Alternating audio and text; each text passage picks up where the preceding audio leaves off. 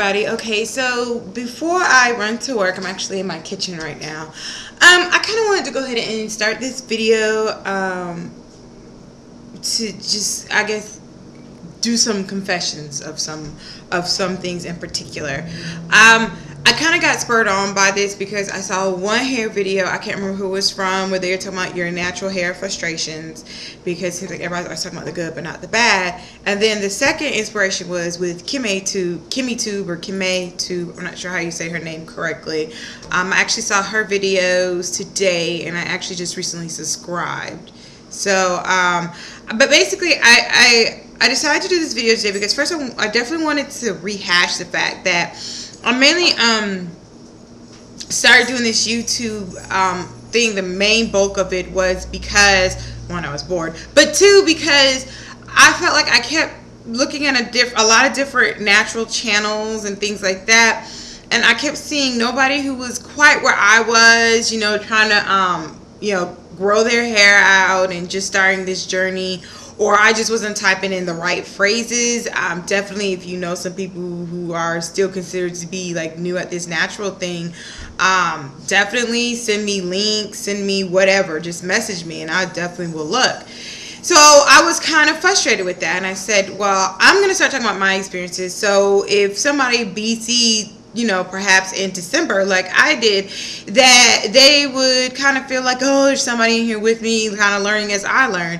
And I definitely have learned a lot. So anyway, the whole point of this video is to talk about the things that I have learned and how important it is for us newbies, to really listen to the things that the veterans have to say to us, and the information that's out there that we keep reading. Because if you're sometimes hard-headed like I am, you just think like, oh, why do I have to like just basically not touch my hair all the time? Why can't I do this? Why do I have to protect my hair so much? Why do I have to seal in the moisture so much? Why I can skip a day, my hair doesn't feel crazy. Okay, I'm here to say it makes a difference. It makes such a huge difference when you just finally stop trying to be so hard-headed and just listen. One of the books that I read that I still, like I said, I have 2 more books I still need to do my reviews on. But one of the books that I read was Grow It, How to Grow Afro-Textured Hair in the shortest amount of times possible, whatever.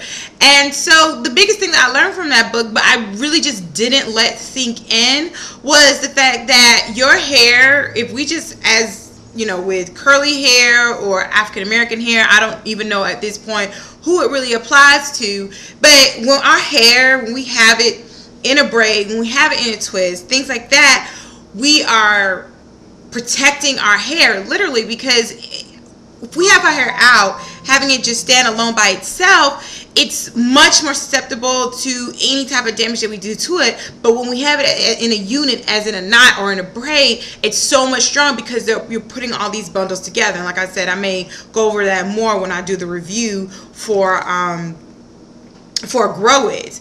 But anyway, I'm sorry. So anyway, so the thing I'm trying to say is, I mean, these things are true.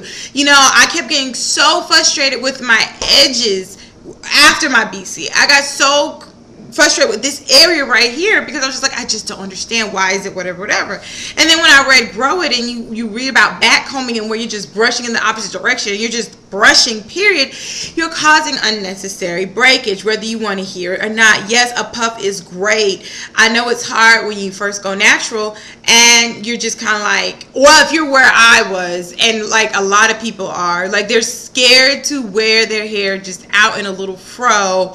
They like to wear it pulled back because, you know, we're still trying to adjust. We're still trying to get used to this new look. So if you're like me, you're just like, oh, you cling to that puff because you kind of feel like, I don't know. I don't even know why I love my puff so much. Sometimes it's just that sleek look that I like that the puff gives me. But anyway, but when you're doing that, you're just necessarily breaking off your hair. You're over manipulating your hair, and then you can't grow your edges in like you need to. I promise you guys, once I stopped doing that so much, like, at the beginning of May or mid-May, when I tell you that my ends filled in, I mean, that and other factors, but mainly me just stopping putting so much puffs in my hair and just leaving it alone and not brushing it. When I tell you my edges have filled in so much, I was able to do that hairstyle that Black Onyx did, you know, and that was my first time really brushing my hair in a very long time. So I definitely, you know, I want to emphasize that, like, this is true. My hair really did grow in once I did that. The other thing I wanted to say was, yeah, I may hate protective styling, but right now, I guess, one, I'm really embracing protective styling right now because I'm just being lazy right now. I don't feel like keeping on messing with my hair. That's why, like I said, change my routine. When you protect style your hair, you do help retain growth. Like I said, it goes back to your hair being as a single unit. It's stronger. So that's the reason why I kind of started protective styling my hair. And I think that also helped with my edges growing in pretty well too. But anyway, the other thing that I definitely wanted to say was overall, like, the things that I've learned have helped my hair grow so fast. I'll try to put in a clip or whatever of my hair back in December and then back like now, like March or April, because I'm just warning you guys right now, when I do my next slideshow for my hair for the rest of this year, I think I'm missing like May or April. I don't know what I'm missing, but I'm missing one of those months. Anyway, so